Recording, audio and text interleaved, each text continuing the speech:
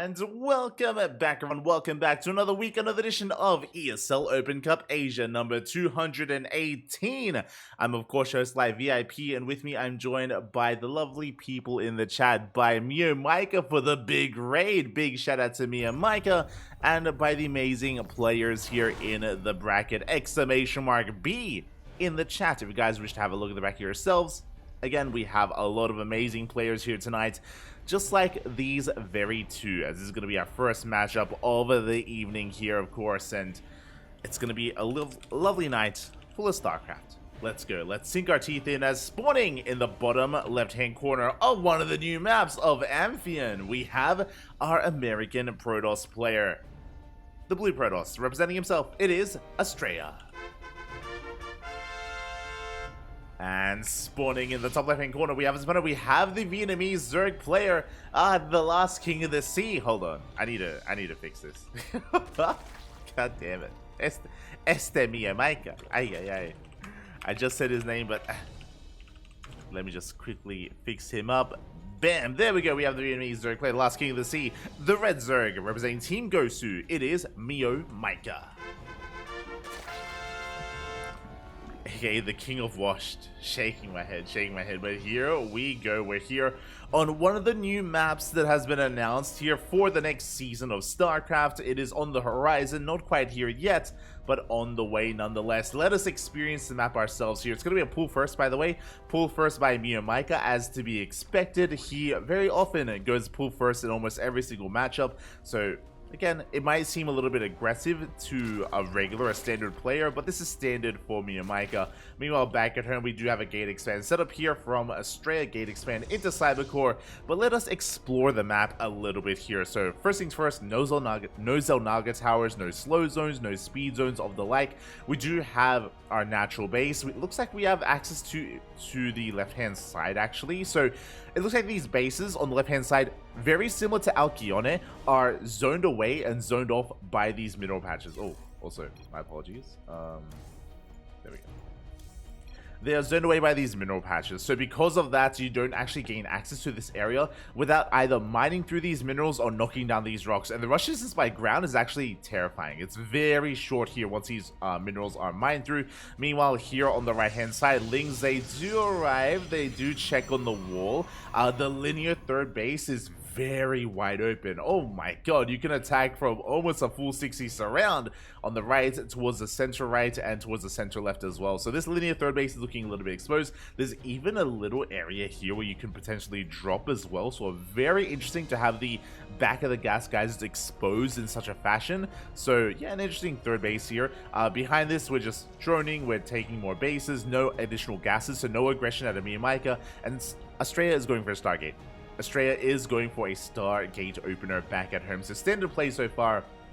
Meanwhile, this center base here does have more rocks. Once again, we do have a line of rocks here that can be knocked down. This is a tiny map. Especially when you knock down either the rocks on the left or the rocks on the right. The rush distance by ground is disgustingly short. So this, I imagine, can lead to a lot of aggression. I can see a lot of queen walks.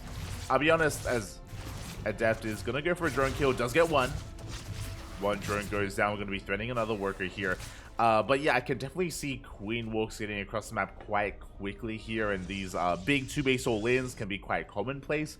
I can definitely see that. But again, those seem to be the big features. There's a short rush distance by ground that can become even shorter. I imagine that because of how exposed this linear third is, we want to expand towards the left-hand side. I imagine both players want to. We can see MeomaikA expanding on the right-hand side instead. Again, as a Zerg player, you can spread creep and have more control. But what am I saying? Because, mate, the creep is not going to be spread whatsoever. We're stopping at 2 queens. That is very MeomaikA-esque. MeomaikA's not fond of making queens. Oracle dips in. Oh, we don't quite get damage done, though. Well, a lot of hull damage dealt to that Oracle. The Alaria is done, and we're going straight into 2-base Hydra. This is the MeomaikA build, going into 3 gases on 2 bases, rushing into the lair, rushing into the Hydra.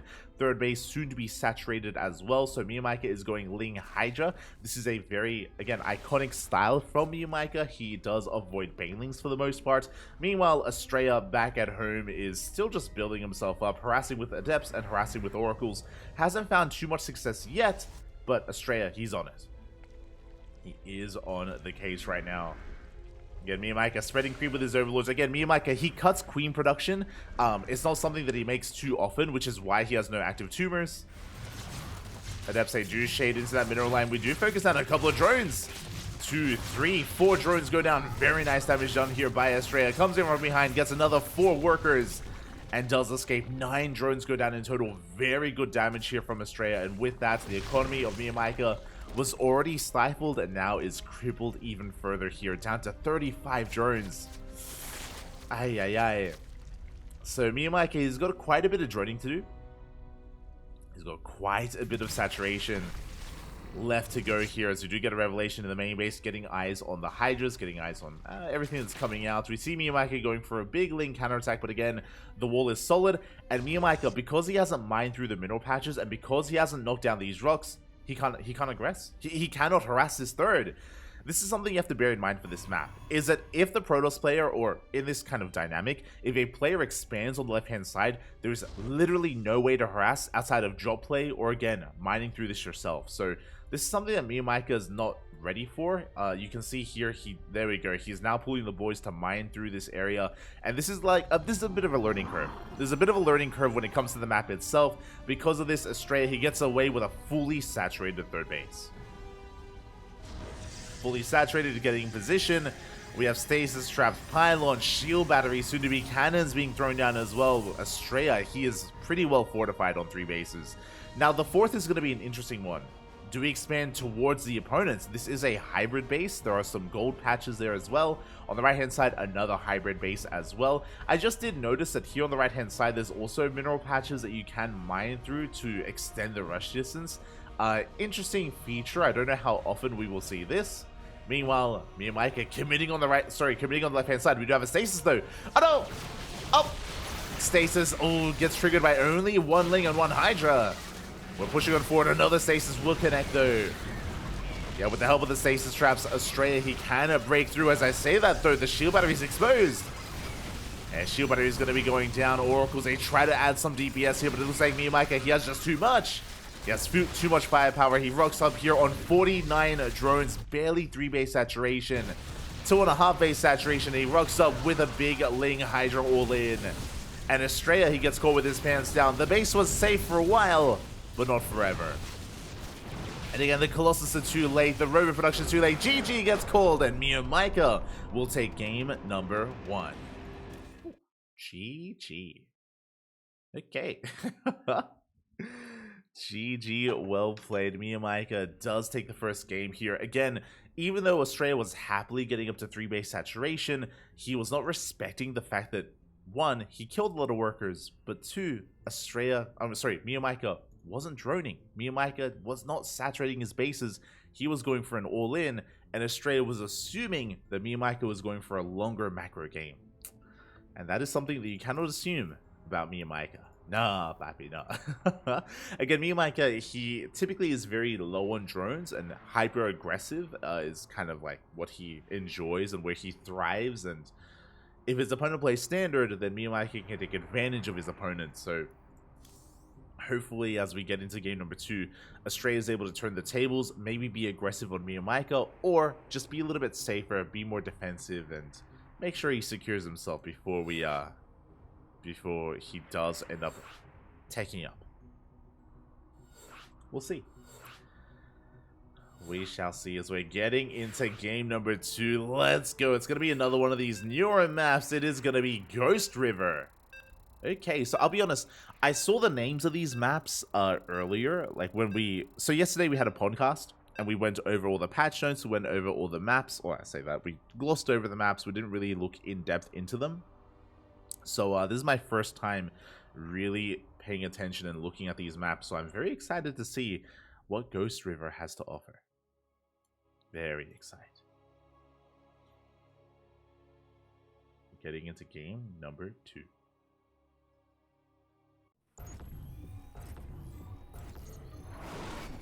And spawning in the top left-hand corner of Ghost River, we have our American Protoss player, the Blue Protoss, representing himself. Currently teamless, down in the series, looking to fight back and tie things up. It is Astrea.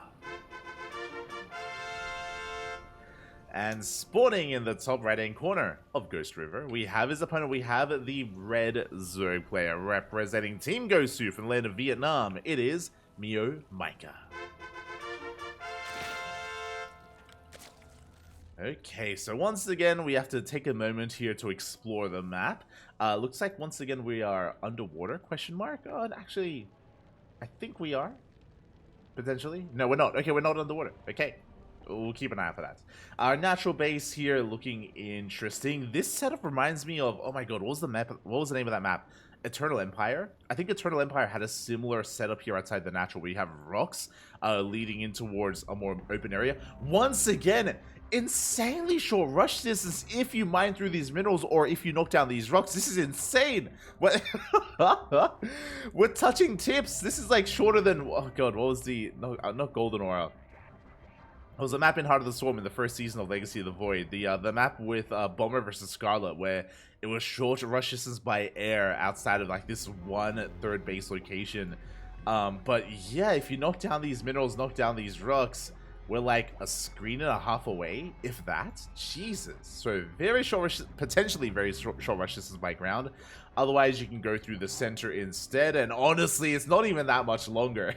I can see a lot of all-ins happen. I can see a lot of Roach. I was gonna say I can see a lot of Roach all-ins here. The difference between this map and the previous one is that we do have a ramp, a very narrow choke point here with rocks, so you can actually defend this location with very minimal units. So it's gonna be difficult to actually go for any kind of queen all-in on a map like this. So interesting choice here, or interesting feature. Once again, it was a pull first.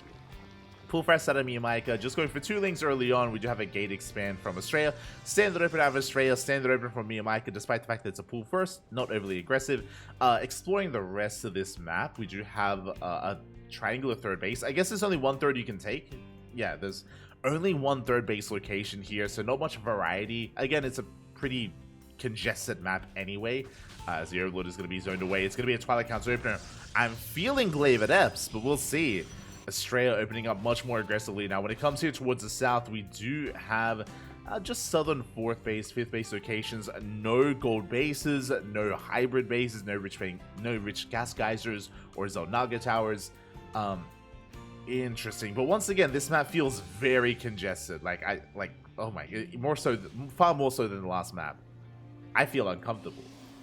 This is like an insta veto for me. This, I'll be real. As Ling is going to be forced back. Did not know you had a podcast. Yeah, we hosted the podcast yesterday. Yesterday we were live. We were actually live at the same time as Forjumi had a tournament. He had like a community community cup. So Forjumi had a tournament last night, and he asked us to cast, but we couldn't cast the tournament because we were, hosting our podcast. So smooch. So did have a podcast going over all the patch notes. As behind this, we're going into earlier roaches. Okay, so we have MeomaikA getting into a third base, but cutting workers a little bit early on. A very fast Roach Warren here. Giga fast Roach Warren from MeomaikA. I mentioned earlier, though, that I'm not too fond of all-in play here on this map, just because if the Protoss player can take control of this ramp, like, it's so difficult to push up into it. I'm gonna have to go the long way around instead. Meanwhile, Astrea, I assumed it was Glaives. No, it's gonna be Blink Stalkers here from Astrea. 6K Blink all-in. Sorry, a 6K 2-base Blink all-in from Astrea. So we got a 2-base all-in versus a 2-base all-in. And this is what I love about these two players. Both of them are very chaotic. Both of them are animals in their own way. So the all-in versus the all-in. Who comes out on top? As Astrea, he's missing the army. Oh, he's missing the army. He's rotating over towards the north, knocking down these rocks. And he's going to be spending a lot of time here on these rocks. Meanwhile, MeomaikA pushing towards the south. Heading out here towards that center, and it looks like we catch the Stalkers. Thankfully, Blink is done. Blink is done. Astrea, he does get away. Forced to recall back home. But the wall has been broken. There's no shield battery. There's no shield battery, no overcharge again. We were going for an all-in. We didn't think we needed it. And Link's getting so much damage on the miles. They depower the gateways. Only 4 gateways left here for Astrea. But that may still be enough. Yeah, he has so many Stalkers. Very good Blink Micro out of Astrea. Avoids the Lings, avoids the surround. And Astrea, he does have a more efficient army. The Wiles, oh, they do connect. But you can see here, we're running out of Roach Ravager. We're running out of Roach Ravager. We dive on top of them. We focus them down. Lings are being forced back. And now Astrea, he can go for his own counter all in. And MeomaikA, he's in a lot of trouble right now. He's down in workers, down in economy. Bleeding out overlords. Lings, they try to engage, but again, this choke point, specifically this ramp, is brutal. And Lings, they cannot engage, not on this ramp. We catch even more overlords. We supply block MeomaikA. We are going to get heavily supply blocked here as they're pushing in, and once again, we can just make use of these ramps. We see MeomaikA try to engage. We just blink on back to the safety of this choke point. And MeomaikA cannot engage. He has to wait for the army to move out, but MeomaikA's supply block, he can't make anything. He can't produce. There we go. Now breaking free. Still not even. As Astrea, he's pushing on ever closer. Taking a third base behind this. I don't think Astrea needs it, but again, he's respecting MeomaikA's position quite well. Is respecting that position.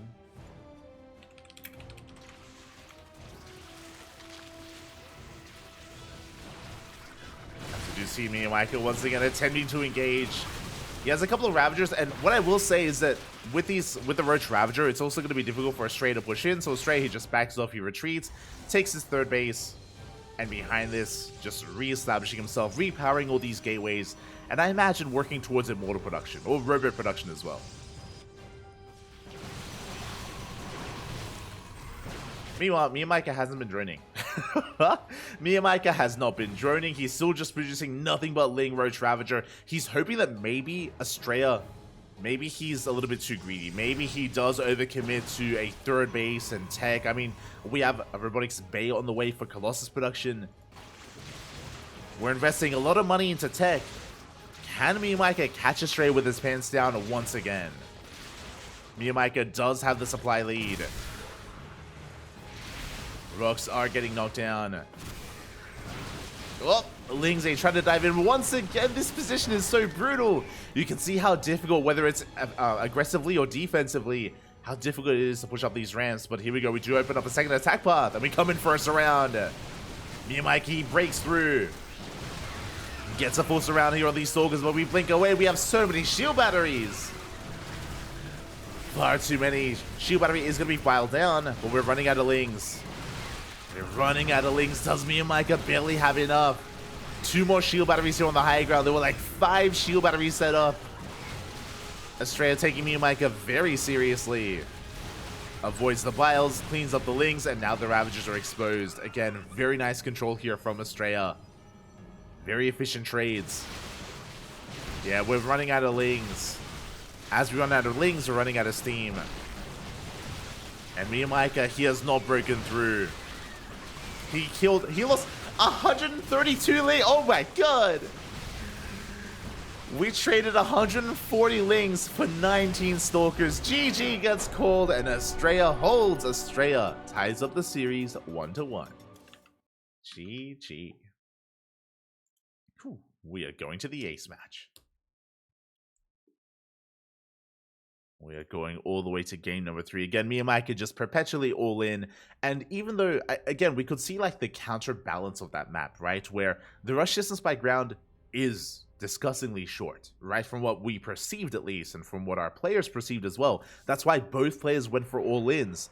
But even though the rush distance by ground is short, you could see how impactful those choke points were. Those ramps outside the natural bases, we saw how efficient Astrea was, trading so goddamn well, killing, I want to say, over 200 Lings in that game, just purely because they could not surround, they could not engage. By the time that MeomaikA finally did, I mean, again, Astrea, he had 5 shield batteries behind him. Like, he was so well set up for the counter all-in, for the follow-up all-in from MeomaikA.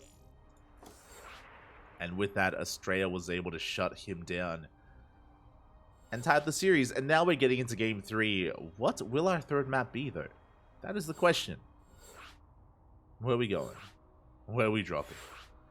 Dynasty. Okay, so once again, to reiterate, I was able to have a look at all the names of the maps, so I never and glossed over like their thumbnails, but I never really delved into them myself, so I'm happy to engross myself. I see in the chat, do they remove the healing shrine? This is the map that has a healing shrine in the center.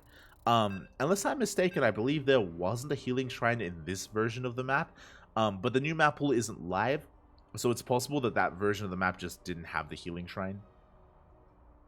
It's possible that it's going to be updated.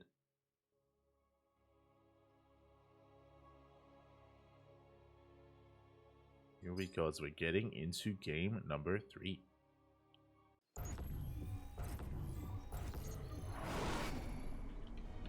And spawning in, oh, hold on, I gotta, I gotta figure, un momento, papi, un momento.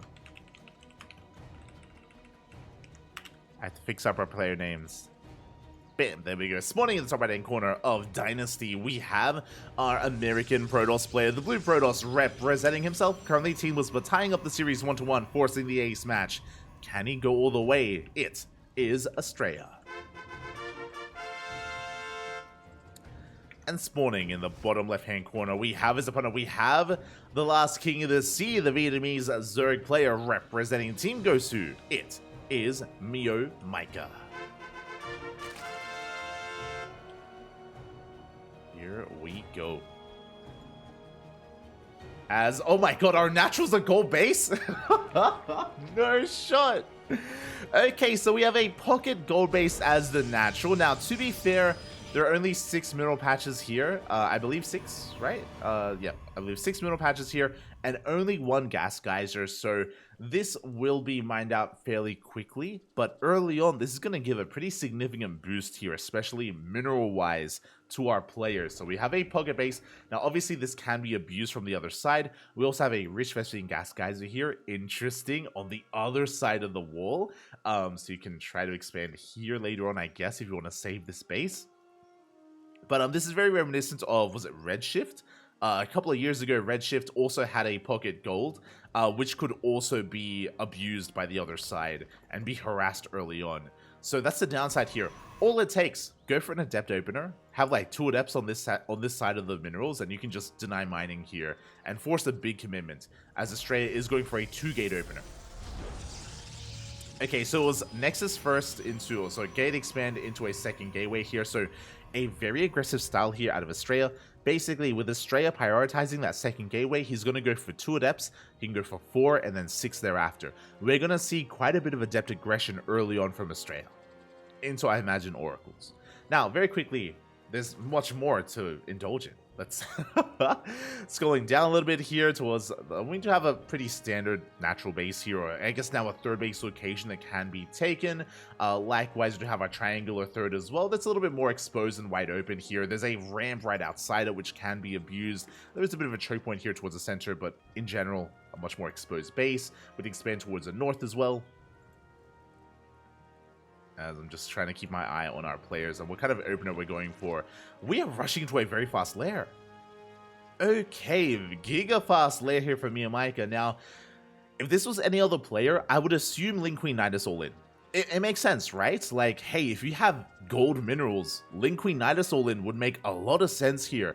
And if I was casting Dark, I would double down. Because we're casting MeomaikA, we'll see if he takes more gases. We'll keep an eye on him before the lair finishes if he takes a 2nd and 3rd gas. If he does, this could be for Hydras. He's quite fond of Hydras. With his Overlord, though, we can throw down a Nidus on outside the base. His Lings are moving out on the right-hand side. It's going to be Overlord speed. Dropper Lords, not Nidus. Okay, so we're going to be setting up with some Drop Lords instead. Regardless, MeomaikA, he's done droning. He's done droning. We're going for a big all-in here with Lings, Queens, and not a Nidus, but Dropper Lords instead. You can see here the Dropper Lord is getting ready here to morph in, and there it is. It's on the way. Dropper Lords are on the way. Astrea taking a 3rd base. I was going to say, oh my god, interesting. I was going to say that we haven't really been able to explore too much of the map here. The center of the map is very interesting just because it's a very narrow choke point here with rocks that can be knocked down to make this area a little bit more wide open. But this area in the middle is very brutal here to try to push through when it comes to main armies. Lings are getting set up. Drop Lords are here. Meanwhile, the Sentry, the hallucination does count. We do confirm.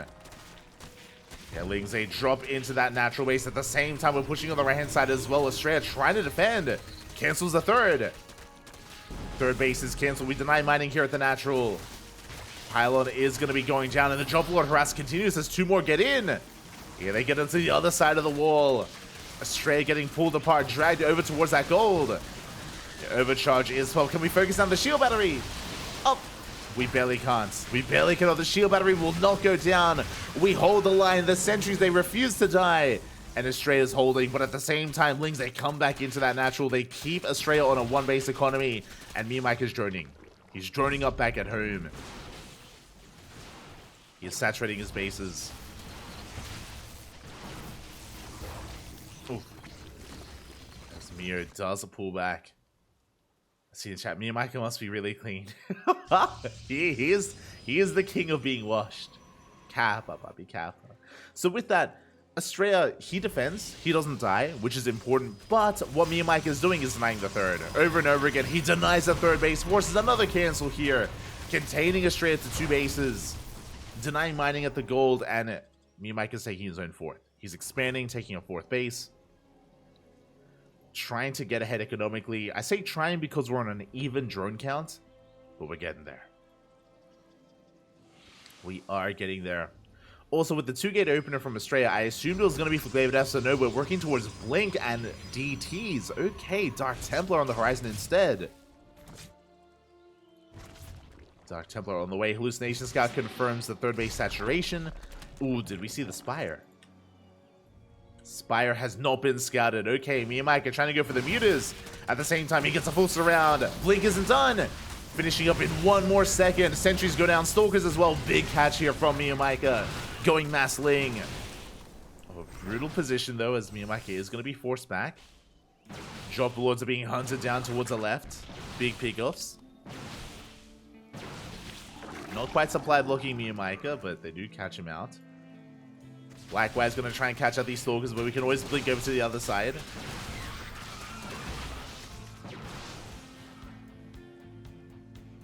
Blink over towards the other side.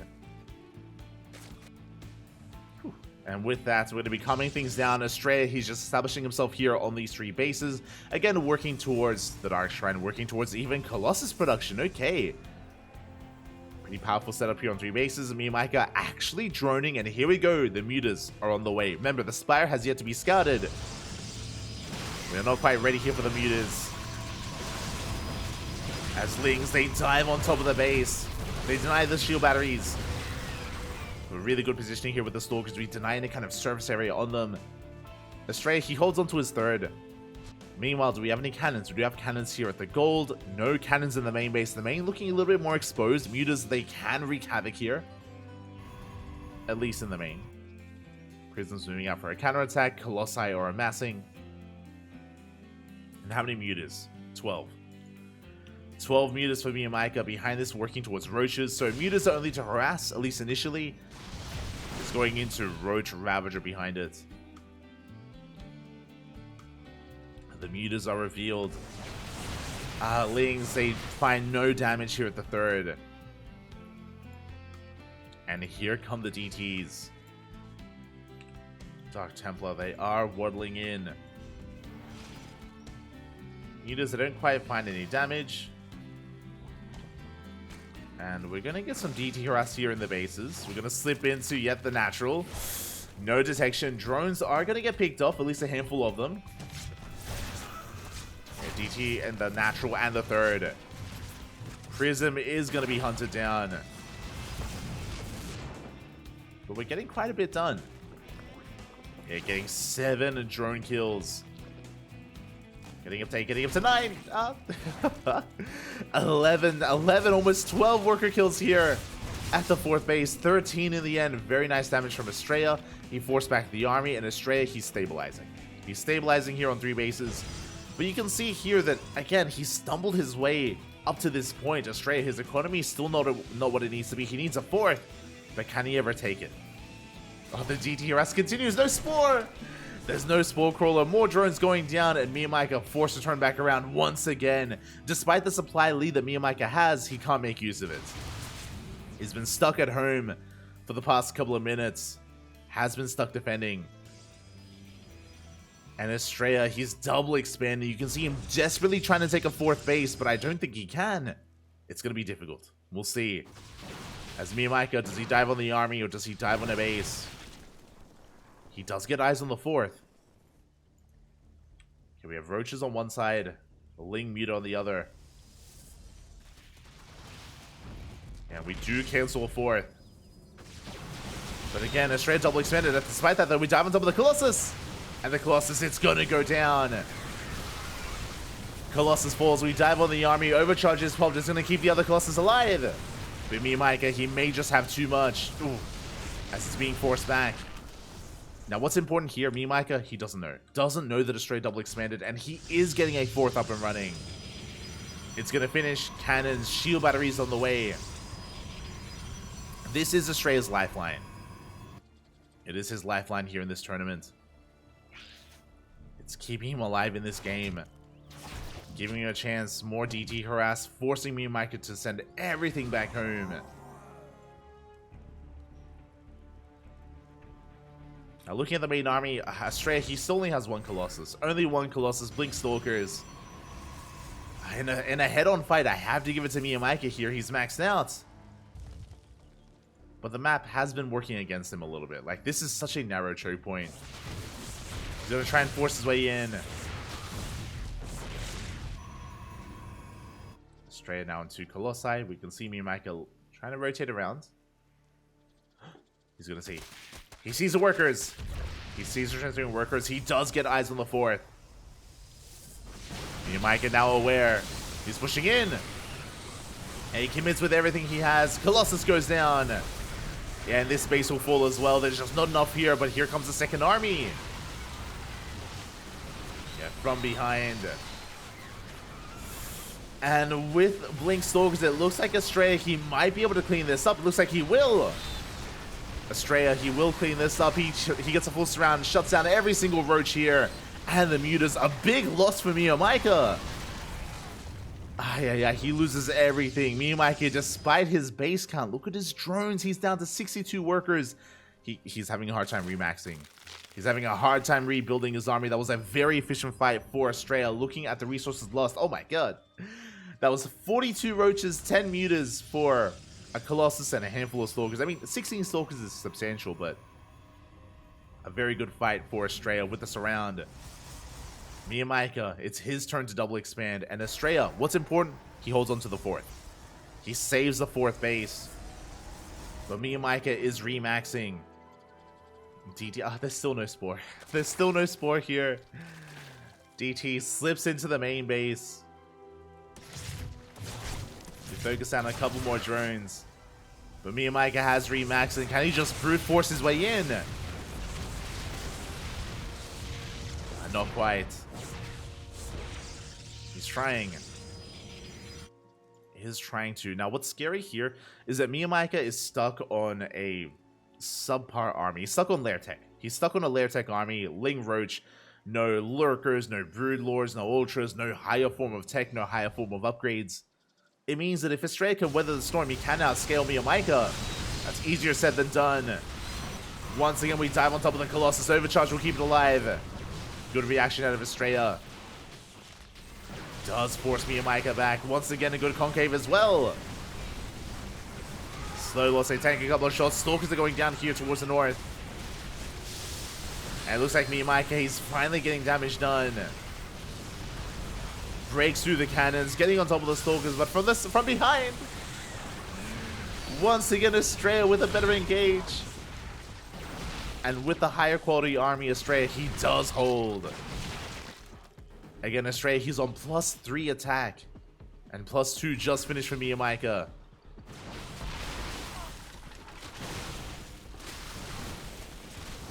Oh, but Astrea, a little bit too cavalier. He does come out onto the map. And this is the reality. The reality is that Astrea, he's stuck at home. Like, he cannot fight out in the open. That is going to be ideal for MeomaikA. Astrea cannot expand. He cannot take a 5th. He's just stuck at home. Another DT harass is shutting down the gold base once again. Astrea taking bottom right. I do like this base a little bit more.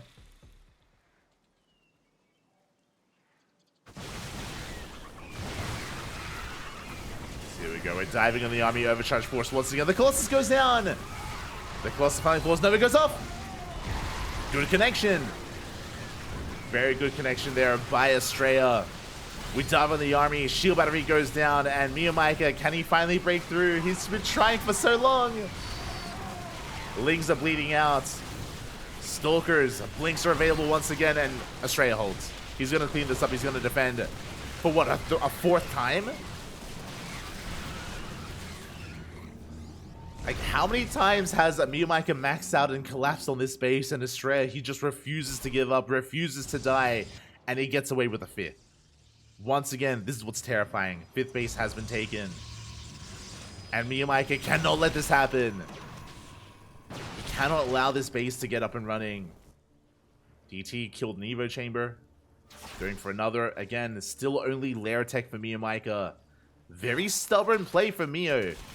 Refusing to go up into Hive. Imagine MeomaikA with Vipers, right? It's like you can yoink every Colossus, you can yoink every Disruptor, you can blinding cloud the Stalkers, even if we didn't tech up into Lurkers or Broodlords. Like, even just the addition of a Viper could do so much, but that requires a Hive, and that's something that MeomaikA doesn't invest in. He's going for a Hydrogen, that will help. Hydrogen on the way. MeomaikA now down in drones.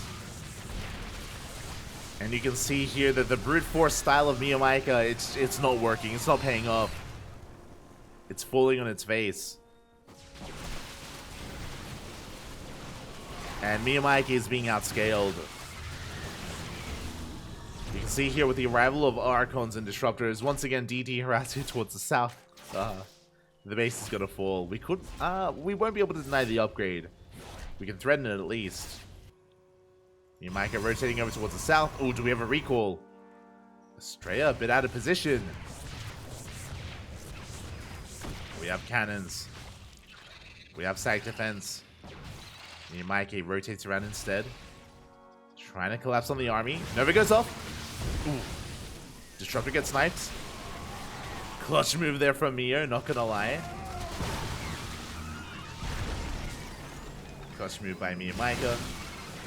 Roach is going to be pushing on forward as well. Overcharge is forced. And with the overcharge, we can hold the Nova. Big connection.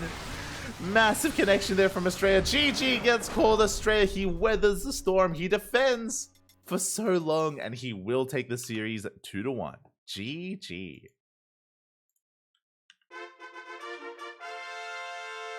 GG, well played. Congratulations here to Astrea for taking the series 2-1. MeomaikA had a lot of advantages. He had a lot of advantages in that game. Astrea was stuck initially on 2 bases, then on 3 bases. But remember, he was able to sneak out a 4th. He snuck out a 5th. He was able to maintain his own economy and actually exceed the economy of MeomaikA. Something that I tried to emphasize is that MeomaikA, he didn't just stay on Hive Tech, he stayed on 66 drones. And he never droned thereafter. I think he went down to 60 workers towards the end, just never had an economy, never could sustain himself, and because that MeomaikA was all in. Even though MeomaikA had so many bases, he was all in. And the longer the game went, the worse it became for Meo. With that, congratulations to Astrea as he advances on. Congratulations, and we need to take a moment here to have a look at the bracket and figure out where we're going. Where we headed, Pappy? Where we head? Okay.